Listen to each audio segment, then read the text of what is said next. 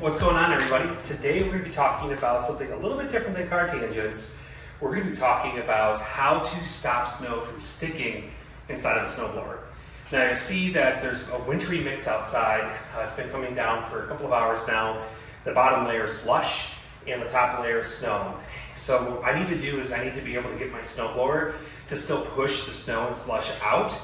And I found a method that works incredibly well. I at one point in time heard that if you take WD-40 and you put WD-40 in the chute itself and around the snow auger, that it doesn't allow the snow to stick and it pushes it out and actually shoots the slush out of the snowblower.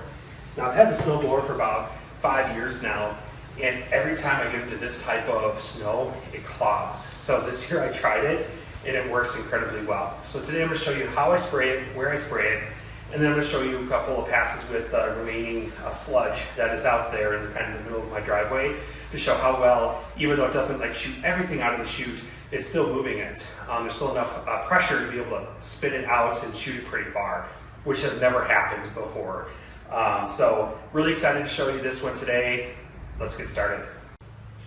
So the first thing that we do here is get a can of WD-40. I like WD-40. PB Blaster has like an orangish tint. This is really clear, so I kind of prefer WD-40 for this. So what I do is I just spray the chute, just make sure I get a good layer on the chute itself, and then I also shoot it in where the auger shoots up, and then I also shoot inside by the auger. And then since I haven't used this pretty much all winter, yes, there's some snow on it because I was testing, I like to get my blades and everything on the inside too. So just making sure that the snow, if there is any snow, it doesn't stick as easily in the chute.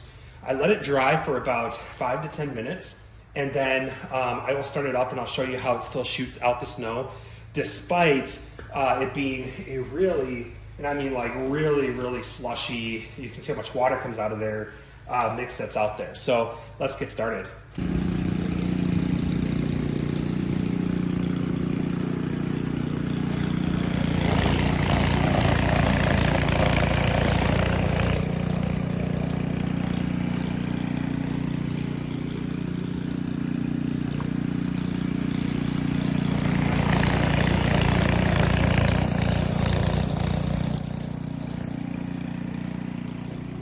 In this part of the video, I'm just taking a look at the chute to see if there's anything stuck there, which there wasn't. So I took a longer row of snow.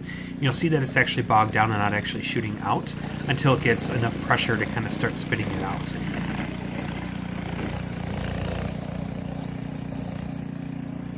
So I take a look at the chute. You'll see the chute has a little bit of buildup on it, but it comes out to form, which means that it's not really sticking to the chute. All in all, I think this is a success. I ended up changing the camera angle so you could see how well the snow was shooting out of the chute as the pressure was building up. You'll see that maybe it's not perfect, but it definitely starts building up that pressure and shooting it pretty far outwards. I wanted to be able to at least show you that, you know, while it's not perfect, it doesn't fix the clogging completely. It does provide a good layer of protection to actually get the snow moving, even though it's in a slush form. As I did the entire driveway, there were a couple of times that it did clog up a little bit, like at the end of the driveway where the plows pushed a bunch of snow in. But honestly, this is miles better than what it had been before.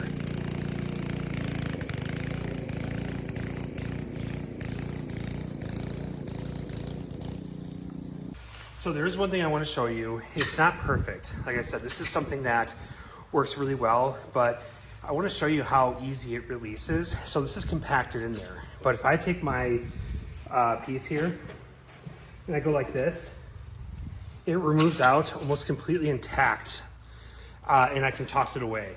So when you talk about it not sticking in there, it's huge. I hope you enjoyed that really quick tip to making your snow blowing experience a little bit better, especially in the slushy snow. Thanks for watching. I'm always interested in hearing your opinion, so drop a comment below. Also, don't forget to subscribe for more tangents on cars, products, and more. Thanks again for watching.